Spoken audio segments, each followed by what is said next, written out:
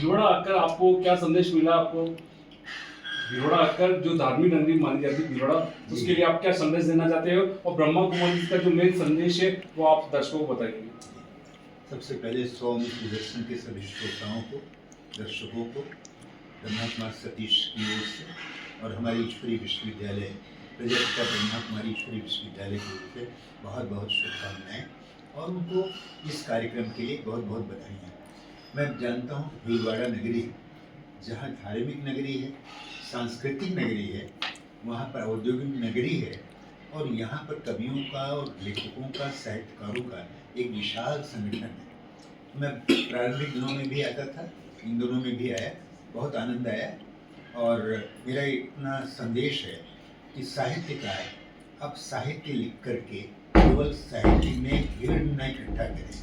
बल्कि समय की नाजुकता को देख करके, गंभीरता को देख करके अब वो ईश्वरीय विश्वविद्यालय से अटैच हों और परमात्मा के द्वारा चलाए जा रहे जो विशाल कार्य है उस कार्य में हम कैसे सहयोग दें, कैसे एक एक चीज़ को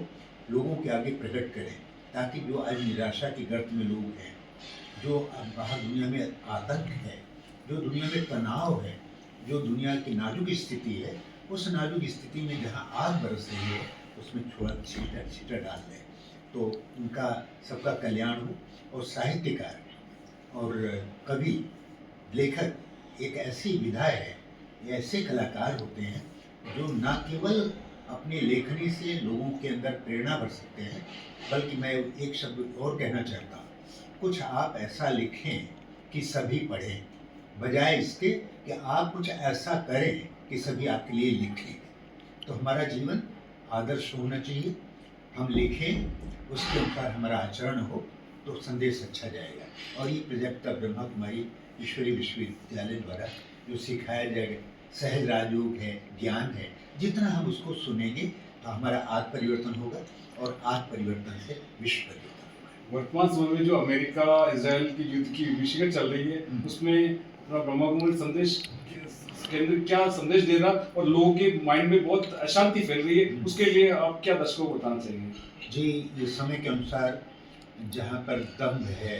अहंकार है, साइंस का घमंड है, अपने उसका घमंड है, ये अहंकार जो है आपस में लड़ाता है। और ये बात सत्य है कि जहाँ अभिमान होता है वहाँ पर ही क्रोध भी होता है। व्यक्ति के पहले मन में यहाँ क्रोध उत्पन्न होता है, फिर वो विश्व में जाता है। तो यहाँ पे परिवर्तन होना बहुत जरूरी है। अगर वो लड़ भी रहे हैं तो भी हमारी स्थिति ऐसी होनी चाहिए, उनके लिए शुभकामनाएं। हम रोज मेडिटेशन करें और मेडिटेशन बैठ करके दोनों, इजराइल चाहे अमेरिका और ईरान का लड़ाई हो, यूक्रेन या रसिया का हो, या कहीं पर भी जो भी लड़ाइयाँ हो रही, उन लड़ाइयों को शांत करने के लिए हमारा सबसे बड़ा योगदान यही है कि हम शांत एकांत में बैठ करके या चलते फिरते भी हमारे मन में शुभ भावना निकलनी चाहिए, सभी हों सुखी और सबका भला हो, दुआओं का दिल में यही सिलसिला हो, पवन हो, चमन हो, चैनो अमन हो शांति सब में, गगन या भुवन हो, दिल में लगी यही श्रृंखला हो, दिल में लगन की लगी श्रृंखला हो, सभी हों सुखी और सबका भला हो, दुआओं का दिल में यही सिलसिला। ओम शांति।